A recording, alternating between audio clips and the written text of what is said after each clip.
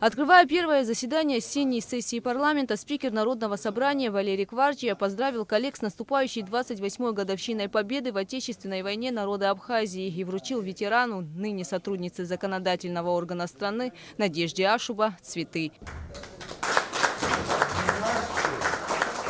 Депутаты почтили память павших воинов минутой молчания. Всего на повестке дня очередной сессии парламента 13 вопросов. Первым был рассмотрен законопроект о внесении изменений в некоторые законодательные акты республики в части административных правонарушений в области таможенного дела. По словам представителя президента в парламенте Саида Будпа, проект закона направлен на установление новых составов административных правонарушений за нарушение таможенного законодательства, а также устранение соответствующих противоречий. Необходимость внесения изменений в эти кодексы связана с тем, что на сегодняшний день есть ряд противоречий между нормами, устанавливающими административную ответственность в области таможенного дела, закрепленной в Кодексе об административных правонарушениях и в Таможенном кодексе. Для того, чтобы снять эти противоречия и систематизировать и кодифицировать нормы об административной ответственности, а у нас есть единый кодифицированный акт, это Кодекс об административных правонарушениях, мы все нормы, которые касаются административной ответственности за нарушение в области таможенного дела из Таможенного кодекса исключаем и включаем в Кодекс об административных правонарушениях. Это позволит, помимо того, что снять противоречия, потому что при привлечении к ответственности непонятно, по нормам Таможенного кодекса нужно привлечь или по нормам Кодекса об административных правонарушениях, тем более там санкции разные, с одной стороны, и позволит распространить нормы Кодекса об административных правонарушениях, общие нормы, да, то есть что такое административное правонарушение, общие нормы привлечения к административной ответственности, в том числе на нормы, касающиеся административной ответственности в области таможенного дела. Кроме того, включая эти нормы в Кодекс об административных правонарушениях, мы те внутренние противоречия при привлечении к ответственности тоже снимаем. Законопроект депутаты приняли в первом чтении. Далее народные избранники рассмотрели закон о применении контрольно-кассовой техники при осуществлении расчетов. Принятие закона закрепит правовые основы внедрения в Республике Абхазия онлайн-касс, суть которых заключается в возможности передачи сведений о расчетах с покупателем по каналам беспроводной связи в систему баз данных уполномоченного органа Министерства по налогам и сборам Абхазии в электронном виде. Основной проблемой в вопросе администрирования налогов на сегодняшний день в Республике Абхазия, не только в Республике Абхазия, является учет выручки. Это тот показатель, от которого рассчитываются в основном все налоги. С этим вопросом у нас большие проблемы. У нас главной проблемой является учет выручки. И введение контрольно-кассовых аппаратов, которые будут давать информацию в режиме онлайн о происходящих сделках и транзакциях, позволит нам выйти на совершенно иной уровень. Это позволит нам с вами понять, какой у нас реально существует оборот. Предусмотренные в законопроекте нормы будут распространяться и на кредитные организации. Связано это с частыми нарушениями в данной сфере. Также применение контрольно-кассовой техники кредитными органами позволит плательщикам путем сканирования QR-кода на чеке убедиться в проведении операции, а налоговым органам в режиме онлайн отслеживать обороты денежных средств. После обсуждения закон был принят в третьем и окончательном чтении и вступит в силу с 1 января 2022 года. 3 законопроекта, касающихся Фонда репатриации и демографии, были сняты с повестки дня. К ним возник ряд вопросов. Далее депутаты рассмотрели проект закона о финансовой аренде лизинге, который определяет его правовые и организационно-экономические особенности. Это нормы гражданского законодательства.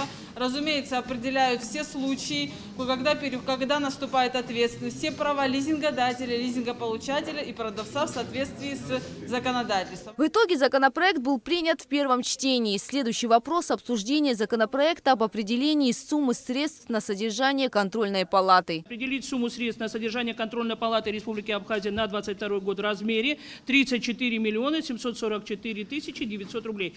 Данный вопрос и возникающие вопросы у коллег, почему увеличилась смета расходов, были заданы председателю Роберту Ивановичу Ашба, на что были получены ответы. Поэтому мы данную смету утверждаем только постановлением. Прошу поставить на голосование. У парламентариев возникли вопросы по поводу аренды помещения контрольной палаты. По словам председателя палаты Роберта Ашба, уже 8 лет аппарат находится в непростом положении из-за отсутствия собственного помещения. Однако депутаты посчитали сумму средств на содержание контрольной палаты слишком большой, учитывая эпидситуацию, и отклонили законопроект.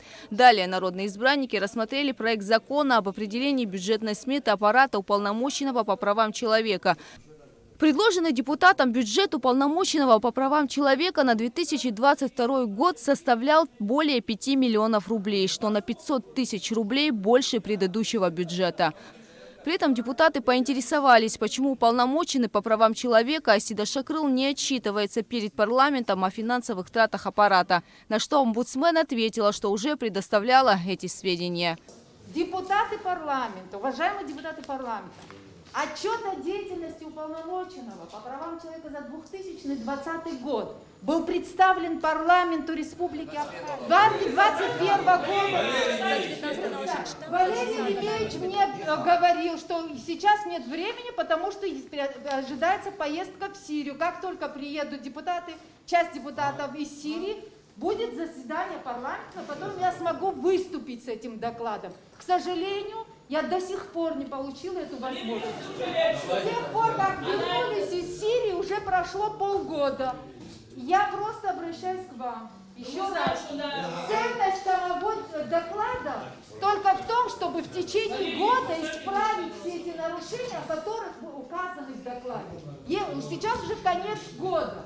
Я не понимаю ценность этого доклада. По смете у нас вопросы есть? Коллеги, если вы хотите об отчете, мы приглашаем. Тогда вот все, что вы сказали, ввиду вашей занятости, а мы вас приглашали неоднократно, и в силу вашей законной обязанности отчитываться по сметам расходов уполномоченного. Как вы хотите, чтобы мне отчитаться, если вы не приглашаете, вы не назначаете заседание? Как мне отчитаться перед вами?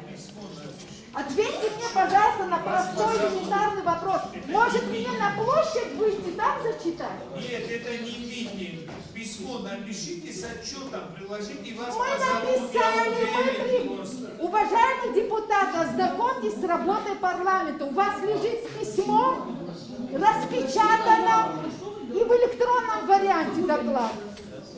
Кто мешает ознакомиться? Как мне это сделать? Мне самой прийти и каждому зачитать? Ну как мне это сделать? Ну извините, я не знаю, как мне. Давайте я не могу придумать отдельно общаемся по этому поводу уже отдельно встречу. Я сожалею, просто глубочайшее мое сожаление, такое отношение к проблемам, которых волнуют люди. Мы год собираем эту информацию, мы анализируем, мы сидим сутками, готовим эти рекомендации и предложения. Наши предложения, доклада, наши предложения, Вы защищаете интересы ИПОшных организаций, но не абсолютно прав абхазских граждан. Все, остановились, давайте. Это я могу вам сказать. Дайте продолжить работу наши дальше. предложения за 2019 и 2019 год. Хорошо, я жду. Пригласите, пожалуйста. И мы поговорим о всех вопросах, которые волнуют и меня, и наше общество, и ваши избиратели. До свидания.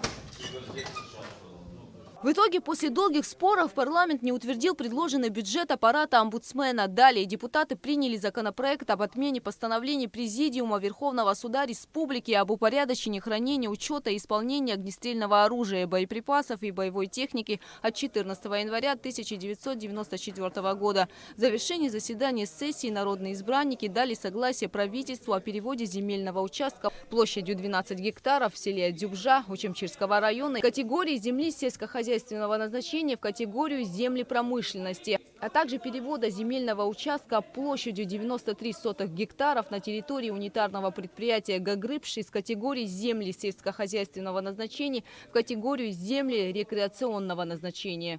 Гугуца Вардания, Сейда Гухава, Раму Камки, Абхазское телевидение.